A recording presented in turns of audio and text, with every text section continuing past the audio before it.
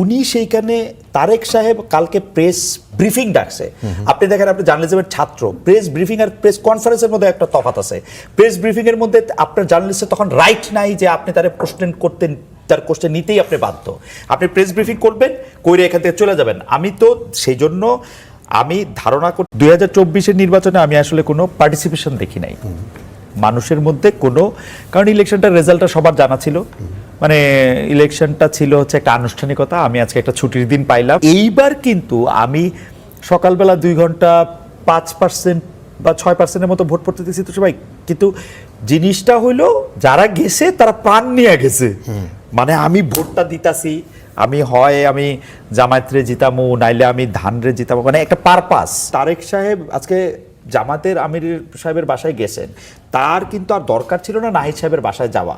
জোটের প্রধানের গেছে, কিন্তু তারেক সাহেব নাহিদ সাহেবের বাসায় যাওয়াটাকে এটা সিগনিফিক্যান্ট। সিগনিফিক্যান্সটা হচ্ছে সেটা নাহিদ সাহেবদেরও বলা এবং সারা বাংলাদেশের বিএনপির লোকজনদেরকে এটাও বলা যে তোমরা কিন্তু এটা করতে পারবে না, বিকজ আমি উনার সাথে সৌহার্দ্যপূর্ণ আচরণ পেয়ে যায়, তাহলে তো সেটা একটা গ্রহণযোগ্য নির্বাচন হয়। এই নির্বাচনে সন্ত্রাসের পরিমাণ অনেক কম ছিল। নির্বাচন পূর্ববর্তী সন্ত্রাসের যে চেহারা ছিল নির্বাচনের দিন এবং আগের দিন এবং তার পরের দিন একটা লম্বা সময় পর্যন্ত সেরকম কোনো সহিংসতা আমরা দেখি না। এর একটি কারণ হচ্ছে মানুষ চেয়েছে যে অন্তর্বর্তী সরকার চলে যাক এবং একটি গণতান্ত্রিক সরকার আসুক। সেই কারণে তারা আর যাই করুক, নির্বাচনের আগের কয়েকদিন এবং পরের 1 দিন 2 দিন তারা কোনো ধরনের মানে বাদানুবাদ, মারামারি এসব থেকে দূরে থেকেছে। আমার কাছে এটা মনে হয়েছে। আরেকটি বিষয় হচ্ছে যে 60% ভোট কাস্ট হয়েছে বলা হয়েছে না, আমার মনে হয় এটা কোনো কোনো জায়গাতে অনেক বেশি কাস্ট হওয়ার কারণে অ্যাভারেজে এটা এসেছে। কিন্তু আমি শহরে যে সেন্টারগুলি দেখেছি, ঢাকা শহরে, সেখানে কিন্তু এত ভোটিং আমি দেখি নাই। অন্তত আমি যতক্ষণ ছিলাম অন্তত 5টা কেন্দ্রে আমি গিয়েছি। আমার এলাকারই আমি 3টি কেন্দ্রে গিয়েছি এবং বাইরের 2টি কেন্দ্র আমি দেখেছি। তাতে আমার মনে হচ্ছে যে এত বেশি কাস্টিং হচ্ছিল না ঢাকা শহরে। আর ঢাকার বাইরে হয়তো অনেক জায়গায় ভোটের কাস্টিং কিছুটা কম টেন্ডেন্সি আমরা দেখেছি। এবং সেখানে কোনো কোনো জায়গায় আপনি খেয়াল করলে দেখবেন যে 80,000 90,000, যেমন নাহিদ ইসলামের যে আসনটা ঢাকা 11 সম্ভবত, এবং তার প্রতিদ্বন্দ্বী প্রার্থী দেখবেন যে 91 এবং 93,000 ভোট পেয়েছে তারা। সেখানে কিন্তু ভোটার সংখ্যা 3 লাখের বেশি। সো 50%, 50, হ্যাঁ, কোথাও কোথাও আর একটু কম, কোথাও একটু বেশি, কিন্তু সব মিলিয়ে নির্বাচন গ্রহণযোগ্য হয়েছে এই কথা বলা যাবে, শান্তিপূর্ণ বলা যাবে। এবং আপনি বলেছেন যে কতটা নিরপেক্ষ, পুরোটা নিরপেক্ষ ছিল না, কারণ সরকার গণভোটের পক্ষে ছিল। তো যেখানে সরকার একটা পক্ষে থাকে সেইখানে আসলে নিরপেক্ষ ভোট হয় না, কারণ এখানে তো কেউ একজন পক্ষপাত করছে এবং সেই পক্ষপাত আবার যে করছে সে ভোটের আয়োজক। তো আপনি যদি দেখেন যে খেলার রেফারি নিজেই একটা সাইড নিয়েছে, তাহলে ওইটা নিরপেক্ষ হয় নাই। ভোটিং যেভাবেই হোক, ভোট বুঝলাম ঠিক মতো গুনেছে, সব কিছু ঠিক হয়েছে, কিন্তু রেফারি নিজেই ধরেন গোলের সামনে দাঁড়িয়ে বলছে এইদিকে বল, এইদিকে বল, তো তাহলে তো এটা নিরপেক্ষ হয় না। ফলে গণভোটটা নিরপেক্ষ ছিল না, কিন্তু সংসদ নির্বাচনটা পুরোপুরি নিরপেক্ষ ছিল। আচ্ছা, এর সাথে যদি জুড়ে দিই যে কতটা অংশগ্রহণমূলক ছিল। অংশগ্রহণমূলক তো অবশ্যই পুরোপুরি ছিল না, কেননা দেশের একটি বৃহৎ দল স্থগিত অবস্থায় আছে, ফলে সেই দলের কোনো প্রতিনিধি নির্বাচনে অংশ নিতে পারেন নাই। ফলে যখন একটি বৃহৎ দলের মূল দলের কেউই একটি নির্বাচনে অংশ নেন না, তখন সমর্থকরা অন্য কাউকে ভোট দেন অথবা দেন না। সেই অর্থে এটা পুরোপুরি অংশগ্রহণমূলক ছিল না। কিন্তু ওই অংশগ্রহণের অংশটুকু বাদ দিলেও আমি মনে করি না যে এই নির্বাচনকে প্রশ্নবিদ্ধ করা যায়, কেননা প্রচুর পরিমাণে স্বতন্ত্র প্রার্থী ছিলেন। 2-1 তো নির্বাচিত হয়েছেন বেশ ভালোভাবেই, এবং 2-1 বলবো না, বেশ ভালোভাবেই নির্বাচিত হয়েছেন অনেকেই। আর নারী প্রার্থীও নির্বাচিত হয়েছেন বেশ উল্লেখযোগ্য সংখ্যক, কারণ দাঁড়িয়েছিলেন যারা, তার মধ্যে বিএনপির সমর্থিত নারী প্রার্থীদেরকে আমরা মনে করতে পারি যে তারা পাওয়ারফুল ছিলেন। সেখান থেকে প্রায় সকলেই জিতেছেন, এমনকি তাদের একজন বিদ্রোহী প্রার্থীও জিতে গিয়েছেন। তো এটা আমার কাছে ভালোই মনে হয়েছে যে তাদের নারী প্রার্থী যত পরিমাণে অংশ নিয়েছেন সেই তুলনায় তাদের বিজয়ের পার্সেন্টেজ বেশি। আমার মনে হয় দলগুলি চিন্তা করতে পারেন ভবিষ্যতে আরও নারী প্রার্থী দেওয়ার ব্যাপারে। ভোটের আগে যে ধরনের প্রেডিকশন আসছিল, বিভিন্ন রকমের জরিপ চালিয়েছে। জরিপ আমি একদম বিশ্বাস করি না। আপনার এই অনুষ্ঠানে আমি একবার বলেছিলাম যে আমি জরিপ বিশ্বাস করি না। শান্তার একটা অনুষ্ঠানে আমি এসেছিলাম, সেইখানে আমি বলেছি আমি জরিপে আসলে খুব একটা বিশ্বাস করি না। জরিপ আসলে কিভাবে হয় আমি আপনাকে বলি। আমি একটা জরিপ দেখেছি, সেখানে বলেছে যে আমাদের সাথে বিএনপি ভোটের ডিফারেন্স 1%, কিন্তু আমি তো ভোটে সেটা আপনারা দেখেছেন যে হয় নাই। তারপরে আরেকটা জরিপ দেখেছিলাম, সেখানে বলা হয়েছিল যে একদম কাছাকাছি আসন পাবে দুটি দল, সেটাও কিন্তু হয় নাই।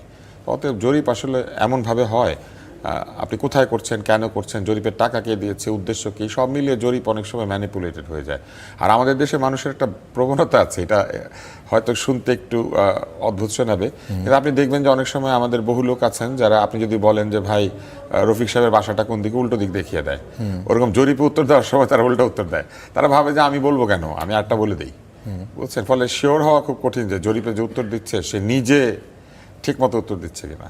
আচ্ছা, কিন্তু মিডিয়াতে আপনি জানেন যে আমরা ইলেকশনের আগে দিয়ে যখন এই ধরনের টক শো করছিলাম, আপনিও ছিলেন অনেকগুলোতে, সেখানে মিডিয়াও একরকমের ভারসাম্য বজায় রাখার জন্য কিনা আমরা জানি না, কিন্তু অনেক ক্ষেত্রেই আলোচনা এরকম করে আসছে যে বিএনপি জামাত সমত সমান সমান হয়ে গেছে।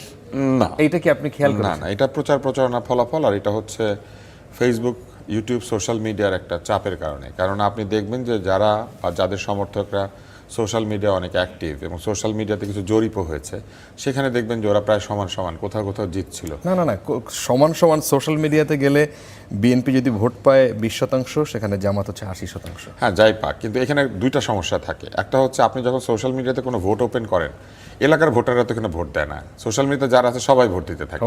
ফলে একটা জরিপ মনে করেন জিজ্ঞেস করেছে যে মাগুরা একে কে জিতবে, আবার ফরিদপুর একে কে জিতবে। একই ভোটার ফরিদপুর একেও গিয়ে ভোট দিচ্ছে, মাগুরাতেও গিয়ে ভোট দিচ্ছে, কারণ এই সোশ্যাল মিডিয়া তো তাকে বাধা দিতে পারছে না যে আপনি মাগুরার লোক না, মাগুরাতে ভোট দিয়েন না। ফলে ধরেন একটা গিভেন মোমেন্টে যখন জরিপটা চলছে বা একটা গিভেন পিরিয়ডে, তখন ধরেন ওই সময়ে একটা দলের প্রচুর সমর্থক সোশ্যাল মিডিয়াতে আছে, তারা ভোট দিয়ে ওইটাকে 80% করে দেয়। আরেকটা মজার ব্যাপার হচ্ছে ওইখানে কিন্তু টোটাল ভোট দেখা যায়। আপনি দেখবেন ভোট দিয়েছে 800 জন, তার মধ্যে অনেকে এগিয়ে গেছেন। 800 জনের একটা ভোটে বা 1000 জনের ভোটে আসলে এটা হয় না। যদি এরকম হতো যে মাগুরার ভোটাররাই মাগুরা এক নিয়ে জরিপ করছেন, তাইলে এইগুলোকে বিশ্বাস করা যেত। আরও একটু কি এর সাথে যুক্ত করবেন কিনা, আমাদের দেশের বাইরে এনআরবি যারা বিদেশে এনআরবিরা তো অনেক ওখানে অংশ নেন। হ্যাঁ, কিন্তু এইবার তাদের ভোট ছিল, এইবার তাদের ভোট ছিল, কিন্তু পোস্টালে যারা রেজিস্ট্রেশন করেছেন তাদের সংখ্যা মাত্র 15 লাখ, ভোট এসছে সবশেষ সম্ভবত 8 লাখের মতো। কিন্তু এনআরবি তো আরও অনেক, 1.5 কোটি, প্রায় 1.40-42 লাখ। সবাই তো আর পরিশ্রম করে না ওইখানে, সবাই প্রাপ্তবয়স্কও না।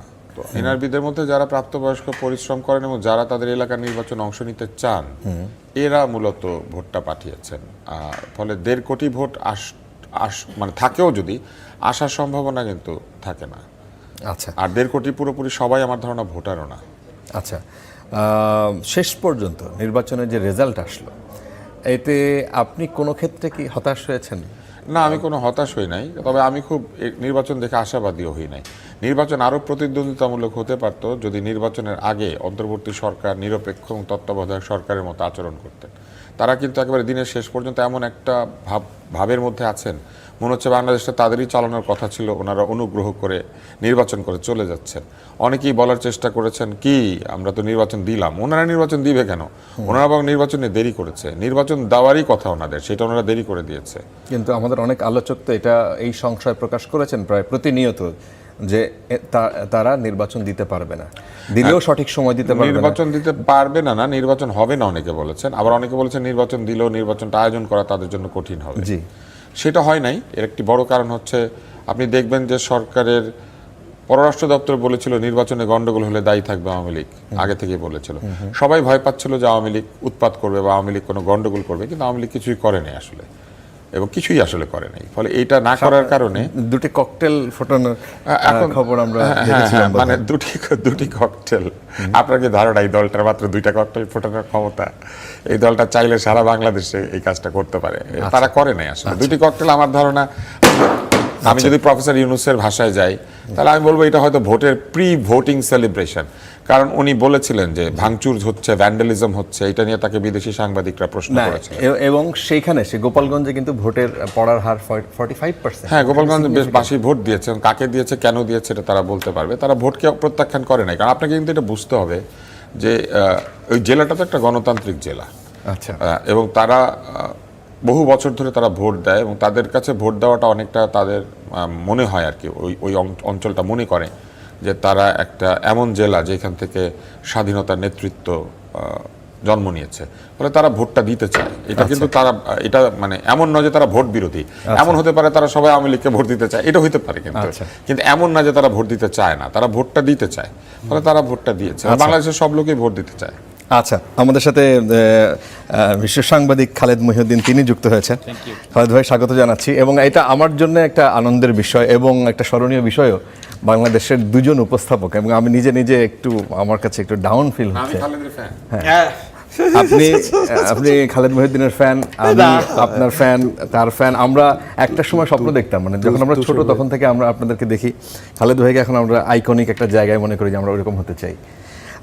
খালেদ ভাই, আপনি প্রত্যেকটা নির্বাচন, বিশেষ করে নির্বাচনের সময় আপনি দেশের বাইরে থাকলেও বাংলাদেশে অ্যাটলিস্ট আসার চেষ্টা করেন, একদম কাছ থেকে দেখার চেষ্টা করেন। ইনফ্যাক্ট আমরা এই যে লাস্ট 2024-এর যে বিতর্কিত নির্বাচন ছিল সেই সময়, এবং আপনি খুব বোল্ডলি এই নির্বাচন কাভার করেছেন বলতে বড় বড় মানুষের ইন্টারভিউ করেছেন, ইনক্লুডিং নির্বাচন কমিশন। তো তারপরে 26-এর নির্বাচন নিয়ে এক ধরনের মানে বিভিন্ন রকমের কথাবার্তা আসছিল সামনে। শেষ পর্যন্ত এই নির্বাচন আসলে আপনি যদি সাংবাদিক হিসেবে বলেন কেমন ছিল, আপনার ভিউটা যদি বলেন। আচ্ছা, প্রথমে একটু বলে নেই যে একটু দুঃখ প্রকাশ করি যে আমার মানে কোনো একটা জায়গায় আমি জীবনে লেট হব, এটা আমার জন্য একটা মানে এটা খুবই একটা গ্লানির বিষয়। কিন্তু এইটা আমি বুঝতেই পারি নাই যে এটা এরকম হইতে পারে। যাই হোক, আর তুষার ভাই কিন্তু মজার ভাইও বুঝতে দেয় না যে আরেকজন নাই। কিন্তু মজার ব্যাপার হইলো যে আমি তো খুবই, আমার খারাপ লাগতেছিল যে একটা লাইভ অনুষ্ঠান আমার আসার কথা আসতেছি না, কিন্তু সবাই বলতেছিল যে না তুষার ভাই আছে তো, কেউ এটার কোনো একটা না, ফারাবি একা থাকলে তো হয়ই, কিন্তু সাথে তুষার ভাই আছে তো। আর আমি মানে প্রশ্নটা যদি আমি এরকমভাবে দেখি যে 2024-এর নির্বাচন আর 2026-এর নির্বাচনের মধ্যে আমি মৌলিক কি পার্থক্য দেখি, 2024-এর নির্বাচনে আমি আসলে কোনো পার্টিসিপেশন দেখি নাই মানুষের মধ্যে কোনো, কারণ ইলেকশনটার রেজাল্টটা সবার জানা ছিল, মানে ইলেকশনটা ছিল হচ্ছে একটা আনুষ্ঠানিকতা। আমি আজকে একটা ছুটির দিন পাইলাম, ওরকম একটা ব্যাপার। আওয়ামী লীগের লোকজন যারা একটু পরিচিত তারা ওইখানে এটিতে গেছে, ভোট কেন্দ্রতে গেছে, কিছু লোককে নিয়ে আসা হয়েছে যারা ভোট কেন্দ্রে অনেক সময় পয়সার বিনিময়ে আসে, ওরকম মানে ওরকমই মনে হয়েছে। কিন্তু এইবার কিন্তু আমি সকালবেলা 2 ঘন্টা 5% বা 6%-এর মতো ভোট পড়তে দিয়েছি তো সবাই, কিন্তু জিনিসটা হইলো যারা গেছে তারা প্রাণ নিয়ে গেছে। মানে আমি ভোটটা দিতাছি, আমি জামায়াতরে জিতামু, নাইলে আমি ধানরে জিতামু, মানে একটা পারপাস, অথবা এটা না, মানে একটা উদ্দেশ্য আছে যে আমি এই ভোটটা দিব। সত্যি কথা বলতে হ্যাঁ না নিয়ে আমার নিজেও আমি ভুলে গেছি।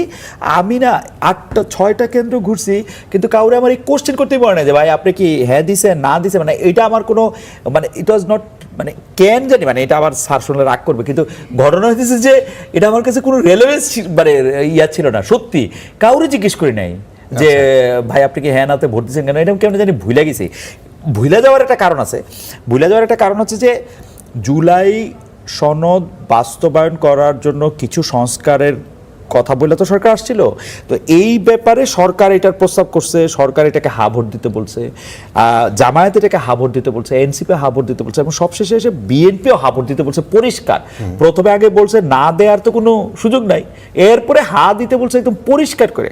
তো এই চারটা মানে সরকার, বিএনপি, জামায়াত, এনসিপি সবাই মিলে যদি হ্যাঁ ভোট দিতে বলে, তাহলে তো এটা নিয়ে আসলে ওই 2024 নির্বাচন কমিশন কিন্তু এক পর্যায়ে এসে বলছে যে সরকার এটা বলতে পারে না, সুতরাং সরকারি কোনো কর্মকর্তা তারা এটা প্রচারের জন্য ব্যবস্থা নিতে পারে না। হ্যাঁ, নির্বাচন কমিশন থেকে কি পরিমাণ মানে এরা যে কি মানে আমার মাঝে মাঝে মনে হয় কি ফারাবি, আমরা একটা প্যারালাল ওয়ার্ল্ডে থাকি। মানে নারী ও শিশু মন্ত্রণালয় একজন চলচ্চিত্র পরিচালকের দিয়া গান বানায় ফেললো, হ্যাঁ ভোট দেন, হ্যাঁ ভোট দেন, হ্যাঁ ভোট দিলে কি হইব না হইব এগুলির কথা বলে টিলা। এর কয়দিন প্রত্যেকটা সরকারি কর্মকর্তার, মানে প্রত্যেকটা তো আর কমু না আমি, মানে অধিকাংশগুলির ডাইকা বলা হইলো যে তোমরা মাঠে মাঠে গিয়া কেন হ্যাঁ ভোট দিতে হবে এগুলিকে বলে আসো। আর হঠাৎ করে নির্বাচন কমিশন না সরকার এগুলি করতে পারে না, সরকার এগুলি করবে না, মানে কি আমি বুঝি না। কিন্তু আমি এটা দেখছি যে হ্যাঁ ভোট দেওয়ার ব্যাপারে BNP at the end of the day যে যেটাই বলুক, সরকার বলছে, সরকার তো সংস্কারটা করছে, সরকারের তো বেবি এটা, তো সরকার বলছে, তারপরে জামাত বলছে, এনসিপি বলছে, এনসিপি ওই জুলাই সনদে স্বাক্ষর না করলেও হ্যাঁ ভোট দিতে বলছে। হ্যাঁ ভোট দিলে এই জুলাইয়ের কোনো আকাঙ্ক্ষা বাস্তবায়ন করা যাবে না, এই ব্যাপারটা তারা পরিষ্কার করছে। বড়, আপনি যদি মানে জুলাইয়ের স্টেক হোল্ডার হিসেবে এনসিপির বড় দল হিসেবে এখানে রাখি, কিন্তু জামায়াত এবং বিএনপি কিন্তু স্পষ্ট, মানে বিএনপিও পরে স্পষ্ট তারা বলছে যে তারা এটার মধ্যে আছে, সুতরাং এটা হ্যাঁ ভোট দেন। তো সেই জন্য এটা নিয়ে আমার, এটার ফল নিয়ে আমার কোনো চিন্তা ছিল না এবং কারোর মধ্যে কোনো উত্তেজনা ছিল না, কারণ এটা একটা পাস। আচ্ছা, এটা একটা পাস আগে অটো পাস ছিল, অটো পাস কেটেও আপনার মতে অটো পাস ছিল। আপনি এটা নিয়ে একটা স্ট্যাটাস দিয়েছিলেন, সেই স্ট্যাটাসে আপনি লিখেছেন যে গণভোটে হ্যাঁ এবং না মিলে মোট 3,25,00,000 ভোট পড়েছে। এবার আমি বলি ঘটনাটা, এটা হচ্ছে কি জানেন, এটা ছিল ওই প্রেস উইং এর জন্য একটা ট্র্যাপ, মানে এটা একটা বুবি ট্র্যাপ। কেন আমি আপনাকে বলি, এরা করে কি, এরা কিছু কিছু বিশেষ লোকের স্ট্যাটাসের দিকে তাকিয়ে থাকে। এইটা অন্য লোকেরা দিয়েছে, আমি এটা কপি করে এখানে পেস্ট করেছি, ফলে ওদের উচিত ছিল যারা প্রথমে এটা এটা তো একটা ভুল তথ্য। না, ভুল তথ্য তাতে কি, আমার কিছু আসা যায় না। এই ভুল তথ্যের বিরুদ্ধে প্রেস উইং কথা বলে না, প্রেস উইং খুঁজে বের করে আব্দুল নূর তুষার কি বলেছে। প্রেস উইং এর সমস্যা এটা, আনিস আলমগীরকে খুঁজে, আব্দুল নূর তুষারকে খুঁজে। আমি আপনাকে একটা কথা বলি, এই প্রেস উইং যখন পিনাকি ভট্টাচার্য রইল বাকি 3 রইল বাকি 2 বলে স্ট্যাটাস দিচ্ছে, এই প্রেস উইং বলে নাই যে এটা যে বিদ্বেষ ছড়ানো, এটা যে কোনো ব্যক্তির অধিকারকে ক্ষুণ্ণ করা। তখন প্রেস উইং কোথায় ছিল, কোন জায়গায় ছিল প্রেস উইং? প্রেস উইং দেখে নাই যে বাংলাদেশের লোকজনের ঘর পোড়াইতে বলা হচ্ছে? আচ্ছা, সেটা প্রেস উইং, কিন্তু সাধারণ মানুষের কাছে আপনি কিন্তু আপনি কিন্তু আব্দুল নূর তুষার সাধারণ মানুষের কাছে আপনাকে অনেকে ফলো করে, পছন্দ করে, এবং আপনি একটা তথ্য দিলে সেটাকে মানুষ সঠিক হিসেবে ধরে নেয়, অথেন্টিক হিসেবে ধরে নেয়। হ্যাঁ, ফাইন। এবার আমি আপনাকে উত্তর দেই, প্রফেসর ডক্টর মোহাম্মদ ইউনূসের চেয়ে তো আমাকে লোকজন বেশি ভালোবাসে না, বাসে? বাসতে পারে, আপনি কিভাবে সেটা নিশ্চিত? না, আমি জানি না। ওনাকে তো ভোট দিয়ে মানুষ বসার নাই। না, ওনাকে তো প্রধান উপদেষ্টা বানায় না, কিন্তু ভোট দিয়ে তো মানুষ বসার নাই, কোনো ম্যান্ডেট দিয়ে তো বসার নাই। আমাকে ভোট দিয়েছে না, আপনাকে পছন্দ করে, আপনি ছোটবেলা থেকে আপনি পছন্দ করেন দেখি, এটাই হচ্ছে সমস্যা। প্রফেসর মোহাম্মদ ইউনূস বলেন নাই মন খুলে সমালোচনা করবেন, তাহলে ওনাকে সমালোচনা করার জন্য লোকজন কারাগারে গিয়েছে কেন? সংবিধান নিয়ে গল্প করতে গিয়েছে কিছু লোক, তারা কারাগারে গিয়েছে কেন? ওটা একটা ফলস ইনফরমেশন ছিল, আপনারা মন খুলে সমালোচনা করবেন না। কিন্তু তুষার ভাই, আমি একটু ফারাবির অনুভূতি নিয়ে জিজ্ঞেস করি, মানে সাংবাদিক আনিস ভাই কি কারাগারে গেছে প্রধান উপদেষ্টার সমালোচনা করতেন? হ্যাঁ, উনি প্রধান উপদেষ্টা না, উনি নেহারিনা পায়া খায়া তারপরে আসেন। এই যে আপনি এখন মজা করছেন আমার মতোই, এই this is the problem with brothers. ভাইরা না এরকম মজা করে আসেন। আমি আপনাকে জিনিসটা বলি, ওনাকে নিয়ে যাওয়া হয়েছিল, বলা হয়েছিল ওনার সঙ্গে কথা বলা হবে। ওনাকে নিয়ে গিয়েছে ব্যায়ামাগার থেকে, নিয়ে গিয়ে তাকে বসিয়ে রেখে উনি যখন ওখানে বসা, তার অনেকক্ষণ পরে উত্তরা পশ্চিম থানায় তার নামে মামলা হচ্ছে। যে মামলা করেছে তার চেহারা আমরা এখনো পর্যন্ত দেখি নাই। ওখানে আরো 3 জন আসামি আছে, তাদের কাছে পুলিশ যায় নাই, শুধু ওনাকে নিয়েছে। আচ্ছা, তারপরে সেই মামলা ওনার জামিন হয়েছে, তাকে আরেকটা মামলা ধরিয়ে দেওয়া হয়েছে, হ্যাঁ, যাতে জেল গেট থেকে মানে উনি ছাড়া না পান। হ্যাঁ, এখন আপনি আমাকে বলেন, মন খুলে সমালোচনা করতে বলার পরে মানুষ সংবিধান নিয়ে আলোচনা করতে গেল, মব সেখানে ঢুকে গেল, সেই মব যে ঢুকলো সেই মবের একজনকেও পুলিশ নিয়ে গেল না। মব সন্ত্রাসে আক্রান্ত হয়ে পুলিশকে ফোন করার পরে পুলিশ এসে যারা ফোন করেছিল তাদেরকে ধরে নিয়ে গেল, এবং নিয়ে যাওয়ার পরে তাদের বিরুদ্ধে মামলা হলো সন্ত্রাস বিরোধী আইনে, অথচ সন্ত্রাস করেছিল কিন্তু মব। কিন্তু আমি জানি না, আমি এটা নিয়ে ইয়ে করতে চাই, কিন্তু উনার মধ্যে কি মানে উপহাস পরিহাস এগুলি ছিল না, মানে কেন আমি এখনো আসলে ধরতে পারি না, মানে এই জিনিসটা ওনার মধ্যে যাই থাকুক, হ্যাঁ, এটারও জবাবদারি যাই থাকুক, এটা তো আসলে ওনার বিরুদ্ধে প্রথম যে মামলাটা করা হয়েছিল সেই মামলাটা সম্পূর্ণ অবাস্তব। আচ্ছা, সেটা একটা শেখ হাসিনার সময়টাতে সরকার বিভিন্ন সংস্থা থেকে, যেভাবে আপনিও বাংলাদেশে ওই সময়ে অনেকটা সময় সাংবাদিকতার সাথে পুরোপুরি জড়িত ছিলেন, সরকারের পক্ষ থেকে, এজেন্সির পক্ষ থেকে বিভিন্ন রকমের চোথা সাপ্লাই দেওয়া হতো, এবং এটা 2014 পর থেকে সম্ভবত বেড়েছিল। সেই জায়গা থেকে সাংবাদিকতা একটা সুনির্দিষ্ট ছকের মধ্যে বাধা ছিল বলে অনেকেই মনে করেন, এবং আপনিও কোনো জায়গায় বলেছেন এটা, যে হ্যাঁ, সাংবাদিকতার এক রকমের খারাপ দিক আপনি দেখেছেন, এবং এক পর্যায়ে আমি জানি না, হয়তো আপনি প্রেশার ফিল করে অথবা কোনো কারণে আপনি দেশের বাইরে চলে গেলেন, সেটা বাংলাদেশের অনেক মানুষের মন খারাপ হয়েছিল, কিন্তু আপনি গেলেন। আপনার কি এখন মনে হয়েছে যে শেখ হাসিনা চলে যাওয়ার পর এই 18টা মাস ইউনূস সরকার যখন দায়িত্ব নেয়, তারপর থেকে তারা প্রেসের ফ্রিডমের ক্ষেত্রে বিশেষ করে খুব মানে কোনো নিয়ন্ত্রণ আরোপ করে নাই? আচ্ছা, আমি এটা দুই ভাগে দেখি। প্রথম কথা হচ্ছে যে শেখ হাসিনার সময় নিয়ন্ত্রণটা অনেক ক্ষেত্রেই সাংবাদিকদের স্ব-আরোপিত ছিল। স্ব-আরোপিত বলতে যে উনি মনে করতেন যে আমার এইটাই করা উচিত, আদারওয়াইজ দেশের মধ্যে এই হয়ে যাবে, দেশের মধ্যে সেই হয়ে যাবে। তারা শেখ হাসিনার এবং পারলে বিকল্প দেখান এক ধরনের কথাবার্তা বলে যে না আমাদের তো আর বিকল্প না, আমরা আর কি করব, এটার মধ্যে এরকমই হইতে হবে, এইটা করে তারা এক ধরনের সান্ত্বনা পাইতেন এবং এই সান্ত্বনার পুরস্কারও তারা পাইতেন নানা সময়। কখনো বিদেশ যাইতেন, কখনো হচ্ছে আরো অন্যান্য উপহার পাইতেন। ওইটার ক্ষেত্রে আমার কাছে মনে হয় যে অনেকটাই স্বআরোপিত। আর কিছু কিছু জায়গায় আমার মনে হইতো যে কিছু হুমকি, কিছু ধামকি, কিছু জেল, কিছু জরিমানা, কিছু মৃত্যু, কিছু হত্যা, কিছু গুম আছে। আপনাদের মনে থাকবে মুশতাক ভাইয়ের কথা। তো মুশতাক ভাইয়ের কি আর মানে মানে এমন কি ভয়ঙ্কর কথা লিখছে যে তাকে আসলে 8 মাস 10 মাস কারাগারে থাকতে হবে। কুমিরের ফার্মটা দখল করা হয়েছিল, জোরপূর্বক এটা শেয়ার ট্রান্সফার করে কিনে নেওয়া হয়েছিল। হ্যাঁ, কিন্তু ওরা কিন্তু অভিযোগটা কি আমার কাছে, এবং সেটার পেছনে ছিল পিকে হালদার। হ্যাঁ, এবারে কি ভয়ঙ্কর। তো ওই মুশতাক কিন্তু ভাইকে এটা করা হয়েছে, কার্টুনিস্ট কিশোরকে এটা করা হয়েছে, কাজল, সাংবাদিক কাজল, উনাকে আমি হচ্ছে মানে কাজলকে কেন এটা করা হলো আমি কৌতূহল ভরেই প্রশ্ন করি। কারণ আমি ওই যে তুষার ভাই বললো না যেটা আমি ঠাট্টা করতেছি, ঠাট্টা আমি আসলে সারফেসে যা থাকে তাই আমি দেখা, মানে আমার কাছে বাংলাদেশে ইনভেস্টিগেটিভ জার্নালিজমের কোনো দরকার আছে মনে না, কারণ পুলিশও প্রকাশ্যে ঘুষ খায়।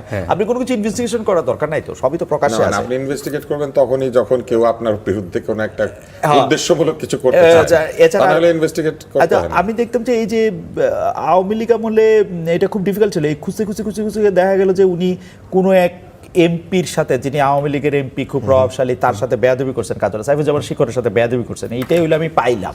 আচ্ছা, আপনি বললেন স্বআরোপিত বিষয়টাকে এই পর্যায়ে গিয়েছিল। আপনি 2024-এর সময় যদি বাংলাদেশের গণমাধ্যম কিভাবে চলেছে, বিশেষ করে ওই আন্দোলনের ওই 1 মাস, আগস্ট মাসটা, জুলাই থেকে আগস্ট, ওই 1 মাসে 18 তারিখ, 19 তারিখ, 21-22 তারিখ যে সময় ছাত্রদের ওই একটা আনরেস্ট অবস্থা তৈরি হয় এবং প্রকাশ্যে পুলিশ গুলি করে মারে, তখন কি টেলিভিশনে এরকম দেখানো গেছে?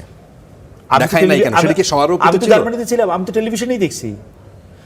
আমি জুলাই আন্দোলনের যে অত্যাচার এরা যে করতেছে এটা তো আমি টেলিভিশনে দেখছি, মানে মেইন স্ট্রিম মিডিয়ায়, যমুনা টেলিভিশনে দেখছি, লাইভ আমি সময় টেলিভিশনে দেখছি। হ্যাঁ, আরে ভাই, আবু সাইদের মৃত্যু তো আমি টেলিভিশনে দেখছি পুরা। না, কিন্তু যেটা আমি বলি, জুলাই আন্দোলনের ক্ষেত্রে গণমাধ্যমের যে ভূমিকা, গণমাধ্যমের এই সাহসী ভূমিকাকে অ্যাকনলেজ করতে হবে। জুলাইয়ের 15 স্পেশালি আবু সাইদের মৃত্যুর পর প্রতিদিন মৃত্যুর টালি দেওয়া, প্রতিটা খবরে এই রকমের মধ্যে, ইন্টারনেট বন্ধ হওয়ার আগ পর্যন্ত। আমি জার্মানি থেকে দেখছি, আমি অত কিছু আমি জানি না, মানে তুষার ভাই বা ফারাবি আপনি হয়তো ভালো বলতে পারবেন, কিন্তু আমার কাছে মনে হচ্ছে যে গণমাধ্যম এই কনস্টেন্টের মাধ্যমে মধ্যে অনেক গলা টিপা তার ধরার চেষ্টা করা হয়েছে, কিন্তু সে কিন্তু এটাতে বাইরে হয়ে আসছে অনেক ক্ষেত্রে। এই যে সমন্বয়ক 6 জনকে ডিবি অফিসে পাওয়া যাওয়া, তাদের পিছনে লাইগা থাকা, তারা তো খুব আরাম পায় না ওই সময়। তাদের পিছনে তো গণমাধ্যমের চাইতে সোশ্যাল মিডিয়ার ভূমিকা ছিল অনেক বেশি। সোশ্যাল মিডিয়ার কথাটা আপনি আলাদা রাখেন, সোশ্যাল মিডিয়াটার তো বেশি থাকতে কিছু লাগে না। আপনি এখানে দিয়ে রাস্তায় যাইতেছেন, আপনি একটা ক্যামেরা দিয়ে এটা খুললেন, ভাই আপনি তো আপনার বুম নিয়ে যাইতেছেন, আপনার একটা চেহারা নিয়ে যাইতেছেন, আপনার একটা এত বড় একটা ক্যামেরা নিয়ে যাইতেছেন, আপনি তো চাইলেই একটা জায়গার মধ্যে থেকে আপনি একটা ফুটেজ পাবেন না। কিন্তু গণমাধ্যম তো ঘোষণা দেবে, আপনি খেয়াল করতে হবে যে এই গণমাধ্যমগুলি প্রত্যেকটাই কিন্তু আওয়ামী লীগ সমর্থিত বড় বড় ব্যবসায়ীদের। সাংবাদিকদের ওইখানে বৈশা চাকরির ঝুঁকি নিয়ে, জীবনের ঝুঁকি নিয়ে ওই সিদ্ধান্ত নিতে হয়েছে যে আমি এটা এখন দেখাই দিব, আমি এটা এখন জিজ্ঞেস করবো না, করছে না। আমি তো টেলিভিশনের ফুটেজ দেখছি রে ভাই, যমুনার দেখছি, সময়ের দেখছি, 24-এর দেখছি, ইন্ডিপেন্ডেন্টের দেখছি তো। কিন্তু ওই যে দেখছেন, সেটা ছিল হয়তো 5%। সেই সময় লাইভ করা যায় নাই। সেই সময় যারা সাংবাদিকতার সাথে ছিল, আমরা দুপুর 2টার বুলেটিন যখন চলছে তখন গোলাগুলি হচ্ছে, মানুষ মারা গেছে, খবর আসছে, সেগুলো আমরা দেখাইতে পারি নাই। কি করা যায় না, আপনি দেখাইবেন কেমন? আপনার কোনো কিছু দেখাইলে আপনি সারা জীবন তো আর দেখান নাই, এরকম একটা যুদ্ধ হইতেছে, এটা তো আপনি ইচ্ছা করলেই দেখাতে পারো না।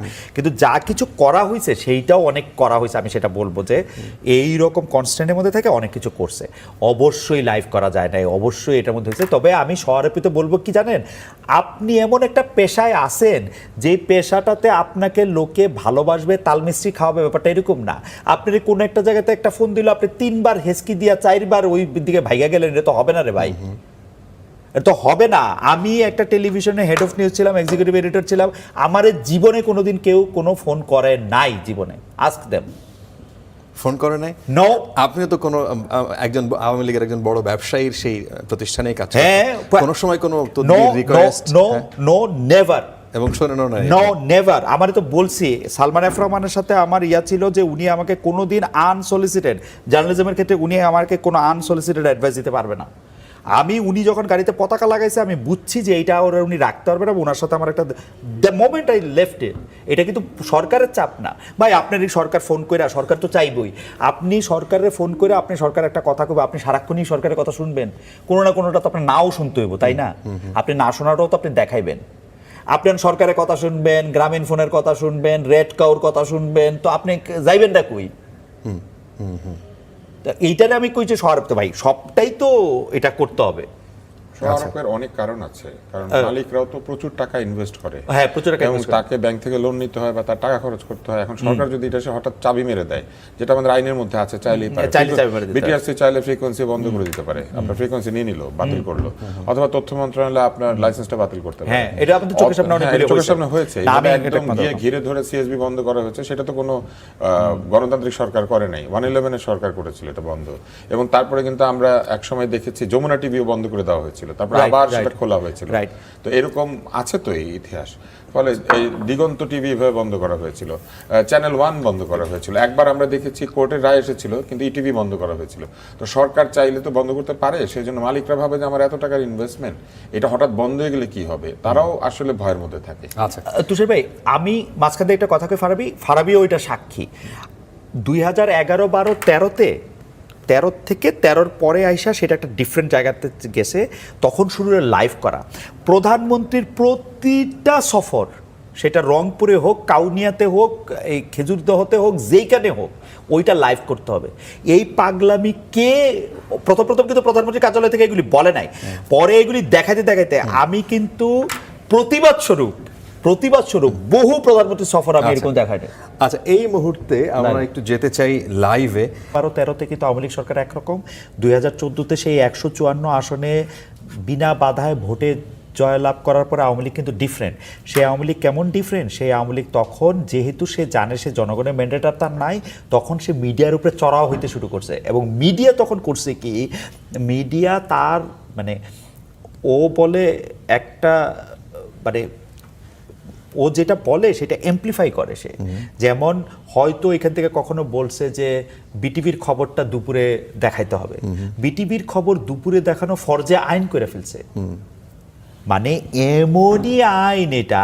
আমি একদিন হঠাৎ করে কৌতূহলী হয়ে, এটা একটা সাধারণত এরকম একটা সময় দেখানো হইতো যে এটা টেলিভিশনে কোনো কাজের সময় না, তো বিটিভিটা একটু লাগাই দিয়া বাইরে গিয়া ফারাবি খুব সুন্দর করে বসে রয়েছে, প্রডিউসাররা সব আসছে, ক্যামেরাম্যানরা আসছে, যারা একসাথে কখনো বাড়িতে পারে না, তো বিটিভিটা লাগাইতে পারেছে। এটা একটা খুব উৎসবমুখর সময়।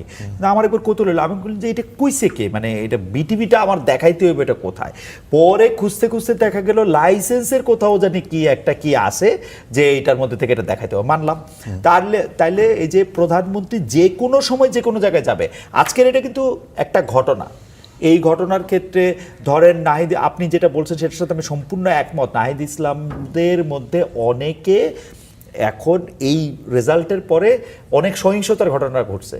এখন তারেক সাহেব আজকে জামাতের আমির সাহেবের বাসায় গেছেন, তার কিন্তু আর দরকার ছিল না নাহিদ সাহেবের বাসায় যাওয়া, জোটের প্রধানের গেছে, কিন্তু তারেক সাহেব নাহিদ সাহেবের বাসায় যাওয়াটাকে এটা সিগনিফিক্যান্টটা হচ্ছে সেটা নাহিদ সাহেবদেরও বলা এবং সারা বাংলাদেশের বিএনপির লোকজনদেরকে এটাও বলা যে তোমরা কিন্তু এটা করতে পারবে না, বিকজ আমি উনার সাথে সৌহার্দ্যপূর্ণ আচরণ করি। ঠিক না? এটা একটা লাইভ হওয়ার যুক্তি আছে। কিন্তু আপনি প্রধানমন্ত্রী প্রতিদিন একই বক্তৃতা দিবে, এটা আপনি লাইভ করবেন কেন? এটা কি ঘটনা এটার মধ্যে?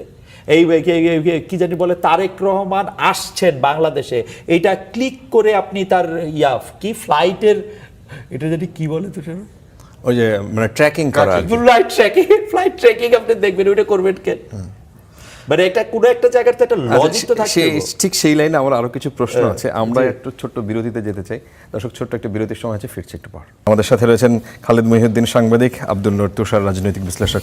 আমরা যে আলোচনায় ছিলাম, খালেদ ভাই আপনি যে কথাটা দিয়ে শেষ করলেন, আমি ওই জায়গা থেকে একটু শুরু করি যে গতকাল হবু প্রধানমন্ত্রী তারেক রহমানকে প্রশ্ন করার সময় আপনি অভয় চেয়েছেন।